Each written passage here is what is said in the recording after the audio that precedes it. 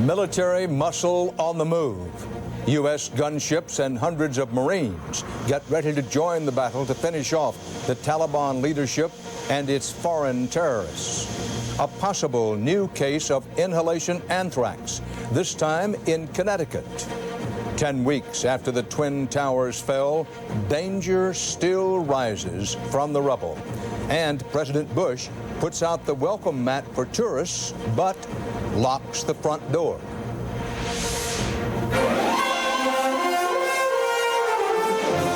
This is the CBS Evening News with Dan Rather reporting from CBS News headquarters in New York. Good evening. In Afghanistan tonight, thousands of hardcore Taliban fighters and their Arab terrorist allies remain surrounded in the northern city of Kandahar. They have been given additional time to surrender while the U.S. sends in more troops and more firepower into the northern war zone, including huge flying gunships to support anti-Taliban ground forces.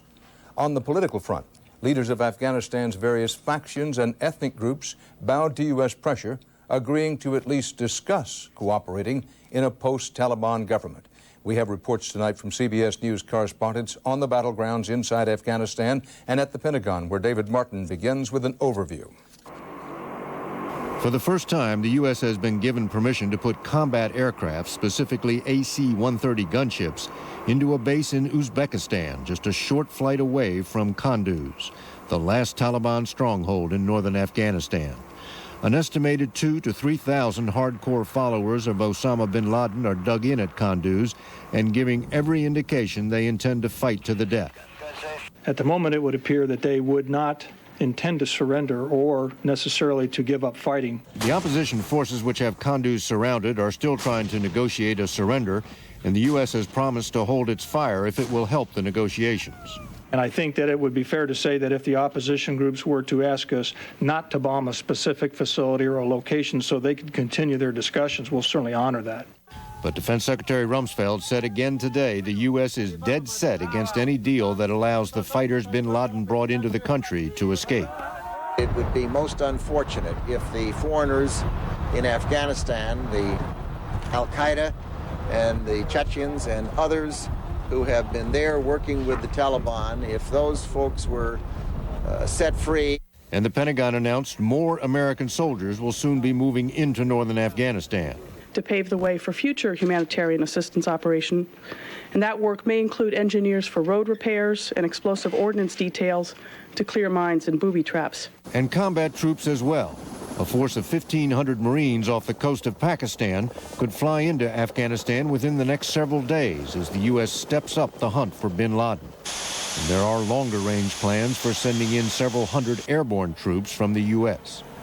Although bin Laden and the Taliban seem to be in dire straits, there is no sign the U.S. military campaign is easing up. If anything, it is still growing in both size and intensity. Dan? David Martin reporting live from the Pentagon. In the northern battle zone, this was a relatively quiet day as leaders of the anti-Taliban United Front thought through how and when to attack if they can't negotiate a surrender. This could be a decisive battle, as CBS's Byron Pitts reports from just behind the front lines on the road to Kunduz. For the first time in days, the bombings were kept to a minimum in northern Afghanistan. With winter fast approaching, United Front troops along the front seem worried more about warmth than war, as their commanders continued negotiations with Taliban leaders. Both sides in search of a peaceful end to this battle over Kunduz. How much longer would you negotiate before you use force to remove the Taliban? We will give the Taliban a few more days, says United Front General Daoud, adding either they surrender or we will kill them. There is no shortage of death or brutality here. The Taliban shot this United Front soldier and then set his body on fire. He was the younger brother of one of the United Front's leading generals. And according to refugees still scrambling out of Kunduz, the number of Afghan Taliban executed by those foreign Taliban loyal to Osama bin Laden is now up to 470. The United Front has agreed to allow local Taliban troops to walk out safely, but not the foreigners. Tonight, there are still several thousand Taliban troops and al-Qaeda guerrillas pinned down in Kunduz. They've agreed to surrender if the United Front will guarantee their safe passage out of Afghanistan, to which the United Front has responded, "We do not negotiate with criminals and terrorists. Either surrender and go on trial, or die where you stand." Byron Pitts, CBS News, on the road to Kunduz. However long it takes to complete the Taliban's destruction, the leaders of Afghanistan's many factions and ethnic groups are now looking to the future. And under pressure from the United States and the United Nations, they agreed today to begin talking about planning that future together next week in Berlin. CBS's Elizabeth Palmer reports tonight from the Afghan capital of Kabul. It's been rough going, but finally there's a deal on talks designed to forge a transitional government in Afghanistan. Sitting at the table beside the United Front will be representatives of Afghanistan's 86-year-old former king, Zahir Shah, and representatives of the majority Pashtun ethnic group. Conspicuously absent from the talks will be the Taliban. Earlier today, United Nations envoy Francesc Vendrell tried to reassure Afghanistan's major ethnic group, the Pashtuns, that the talks would secure them a role in Afghanistan's future. This meeting will be important as a signal that there is no intention by anybody to consider that they have acquired legitimacy by force of arms. But the United Front and its commanders have already taken 2/3 of this country by force of arms. Afghanistan's violent history shows those same commanders would rather fight than share their power. The United Front's Foreign Minister Abdullah believes this time, though, war-weary Afghans will force the commanders to cooperate. If one or two doesn't want to do that, he will be isolated. There is enough pressure from the grassroots to create that system and to end up, to put an end to the old structure. The United Front has not ruled out the possibility of a multinational force here, but the question of who would oversee the power sharing is still a very sensitive one, and it's quite clear the United Front doesn't like the idea of foreigners policing the peace. Elizabeth Palmer, CBS News, Kabul. Even as their old enemies began planning a future without them, leaders of the Taliban put on a show of confidence today in Afghanistan's southern province of Kandahar. The region is home to the Pashtun ethnic group, and as CBS's Alan Pizzi reports tonight, for now it is also still Taliban territory. The southern end of Kandahar province may be the Taliban's last stronghold, but from all outward appearances it remains very much under their control. There have been rumors of U.S. Special Forces operating here, but Taliban officials who allowed a contingent of foreign journalists in claim that is simply not possible. Nor is the Taliban making a deal with Pashtun tribal leaders to hand over power, according to a Taliban foreign ministry spokesman. There are no negotiations, Najibullah Sherzar Akhund says, adding that the Taliban will talk with anyone who wants to do things their way. Tens of thousands of refugees are the only obvious sign that things aren't going the Taliban's way. Huddled in sprawling, filthy tent camps along the road, unable to enter nearby Pakistan, they receive almost no outside assistance, according to local officials, who say the refugees fled American bombing. Taliban officials acknowledge the U.S. bombing drove their forces from other areas of Afghanistan, but a local security chief described the retreat as logistical. We do not think we are defeated, Mullah Muhammad Saeed Haqqani says, and we are not fighting for power, but for Islam. Even if the war goes badly in Kandahar province, the Taliban here say, they will take to the mountains and fight to the last. Taliban officials here insist they have no idea where Osama bin Laden is, and as for Taliban spiritual leader Mullah Muhammad Omar, he is in Kandahar, they say, and has no intention of leaving. Alan Pizzi, CBS News, Spin Baldak, Afghanistan. The bodies of 4 journalists killed yesterday near Jalalabad, Afghanistan, were recovered today and returned to the city. The 4 were shot by unidentified gunmen who ambushed their convoy in a narrow pass on the road to Kabul. They include an Afghan and an Australian working for the Reuters news agency and 2 newspaper reporters from Spain and Italy. There may be a new case of inhalation anthrax. This time it's a woman in Connecticut and federal health officials are moving fast to come up with a definitive answer. CBS News medical correspondent Elizabeth Callahan is here with late details on this. Elizabeth? Well, Dan, just like the case of New York City hospital worker Kathy Nguyen, who died of inhalation anthrax 3 weeks ago, this latest suspected case seems to have come out of the blue. The victim, listed in critical condition, is an elderly woman from rural Connecticut with no obvious connections or links to other sites or people where anthrax has been found. According to Connecticut Governor John Rowland, the woman had been hospitalized since last Wednesday and was initially thought to have pneumonia. But 5 separate tests for anthrax conducted by the hospital and state health department have come back positive so far. Testing done by the Centers for Disease Control remains the gold standard, however, and until CDC testing is complete, this is still only a suspected case. Members of the CDC are now looking at specimens, and they hope to have results within 24 hours. Dan? Elizabeth Callahan, thanks. Here in New York, yet another sad record is being set in the smoldering ruins of the World Trade Center. No other building site has ever burned this long. And as CBS's Lee Cowan reports tonight, concern is growing about possible toxins in the smoke. Exactly 10 weeks to the day, in the middle of 16 acres of death. What still survives in this blackened wasteland are the fires, the smell, and the smoke. It's constant smoke. For Catherine McVeigh Hughes, it's her new unwelcome neighbor. This is the view out her living room window, just 1 block from the site. It's a view she can now literally taste. Often when I come into the apartment, it's harder for me to breathe, and I had a cough that lasted for 7 weeks. She's tried everything, sealing her windows with tape, closing all the vents, even buying 2 industrial-sized air purifiers. But living this close to the nation's longest-burning building fire, filters that are supposed to last 2 years only last 2 weeks.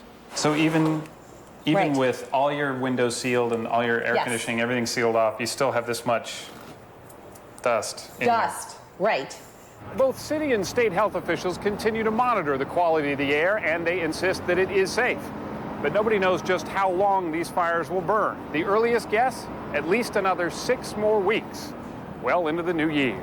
I know it's hard to believe, but again, you have to get back to the intensity of that fire. Mike Carter was there that day and remembers what the air was like then, filled with the incinerated remains of computers, office furniture, carpet glue, and plastic piping. For about a minute, I thought I was going to suffocate. It was like trying to breathe in a bucket full of sand. Today, deep in the rubble, firefighters can still see I-beams glowing red, a virtual furnace some environmentalists fear could belch out chemicals and heavy metals, especially during the winter months. If we get a stagnating weather system, a high-pressure cell sitting over New York, that levels might rise again back up to where they were earlier. But for those determined to recover the remains of those still buried in the smoldering rubble, a risk they can't see is one they're willing to take. Lee Cowan, CBS News, New York. Coming up next here on the CBS Evening News, more fallout from September 11th. The White House, the People's House, declared off-limits to tourists.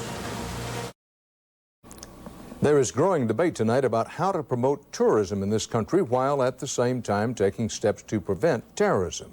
The controversy over where to draw the line has now reached the President and the White House tour line, as CBS's John Roberts reports. The theme for Christmas at the White House is home for the holidays. Yet for anyone hoping to visit the People's House this year, the advice from the administration today, stay home. I know a lot of Americans look forward to touring the White House during this period of time, but we're in extraordinary times, and as I said yesterday, evil knows no holiday. Not since the Truman-era renovation has the White House been closed to the public for an extended period of time. Rare is the occasion that so many Christmas decorations will be seen by so few. The White House says the ongoing risk of terrorism is just too high, and some people seem to agree. My house is not a terrorist target, and I think his house is. So I really don't blame him at all. But D.C. congressional delegate Eleanor Holmes Norton says it sends the wrong message to America. It's a consistent message that the district is closed for tourism and for business, that official Washington is closed. You can't get a tour of the White House. You can't get a tour of the Capitol. The holiday shutdown stands in sharp contrast to the president's repeated calls for the nation to get back to normal. Tomorrow, he'll star in a $12 million ad campaign, urging Americans to defy terrorism and see the sights. Take your family enjoy life. The way we want it to be enjoyed. D.C. officials have jumped on the promotional bandwagon, pairing up Washington's mayor with celebrities from Hollywood's White House, hoping to woo tourists back to salvage a shattered economy. But there may be little for tourists to see. Even the annual lighting of the national Christmas tree, which was decorated today, has been restricted. Advance tickets only, and they've been gone for 6 weeks. The White House will still be open to invited guests, but the most that the general public will see of this year's Christmas decorations is when the official White House Christmas tree arrives by horse-drawn carriage next Wednesday. Dan? John Roberts reporting live from the White House. In Louisville, Kentucky, doctors report the first recipient of a self-contained mechanical heart has suffered a new setback. 59-year-old Robert Tools, who got the heart in July, has had bleeding in his brain. It's related to a stroke Tools had 10 days ago that left him partially paralyzed. CBS Next, Eye on America. The rising cost of protecting the country from terrorists.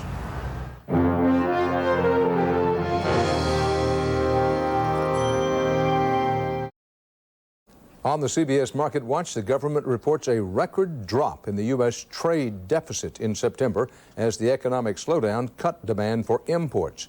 In a sign an economic recovery may be coming, the index of leading indicators rose for the month of October, in part reflecting rising stock prices. After yesterday's Wall Street advance, some investors took some profits today. The Dow closed down 75, the Nasdaq lost 53. Not long ago, a booming economy had many cities and states awash in money. When the boom evaporated, so did the surpluses. And now, as John Blackstone reports in tonight's Eye on America, governments are facing a new budget-busting expense no one saw coming. With the war on terrorism moving to a higher alert, the front line can be anywhere. But guarding so many potential targets is expensive. From nuclear power plants to the Golden Gate Bridge, police officers are now on duty around the clock, and overtime costs are soaring. The state of California is spending an extra $1 million a day for security, much of it on highway patrol overtime. Freedom isn't free, and the price we have to pay to protect our freedoms and our way of life are very high. As in almost everything since September 11th, New York has had a particular burden. New York State has asked the federal government for $100 million to pay for new security measures. But no place, it seems, can avoid spending to prepare for the worst. Given the current trends, we will easily exhaust the $2.6 billion reserve that was in the 01-02 budget. The state of Maryland needs to find $20 million for new security, so it's severely cutting other spending. What we'll do is no new hires, 1.5% reduction, and a deferral of some construction contracts. The small airport in Santa Fe, New Mexico handles only a dozen commercial flights a day, but its security costs have risen by $1,000 a day. Upgrading security for water systems will cost the nation $150 million. And in San Francisco, there's a new expense for every ship passing through the Golden Gate. To protect the bridges and the bay, the Coast Guard has called up the reserves, creating a new armed security force, the Sea Marshals. 12 miles outside the Golden Gate, armed Coast Guard officers board freighters, tankers, and cruise ships. They're among 2,700 reservists called to active duty, costing the Coast Guard almost $1 million a day. The bottom line is to prevent the ship itself from becoming a weapon of mass destruction, if you will. In Salt Lake City, the security budget for the Winter Olympics has risen to $300 million. In all, American cities will spend $1.5 billion over the next year for protection against terrorism, a new expense for government at every level. When people really want government is in an emergency, which is what we have now. We're in a state of war. Well, all the extra security comes with a price tag. These days, no one is questioning the value. In San Francisco, John Blackstone for Eye on America. Microsoft said today it has agreed to pay more than $1 billion to settle most of the private antitrust lawsuits filed against it. Under the plan, which still must be approved by a federal judge, Microsoft would distribute the money to about 12,500 needy schools nationwide.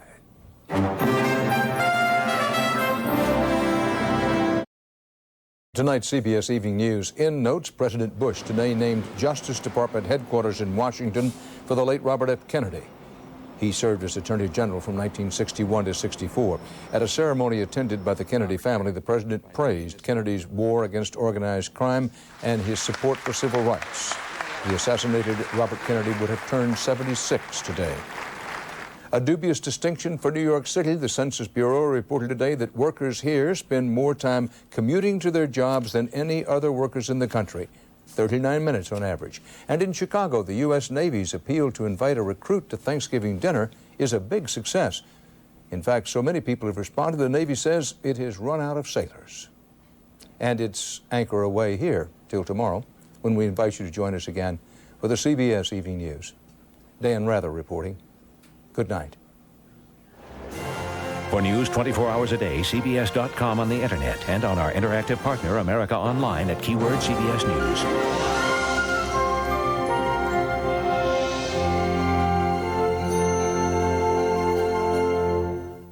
Wait until you see what's selling this holiday season. Tomorrow, experience CBS News.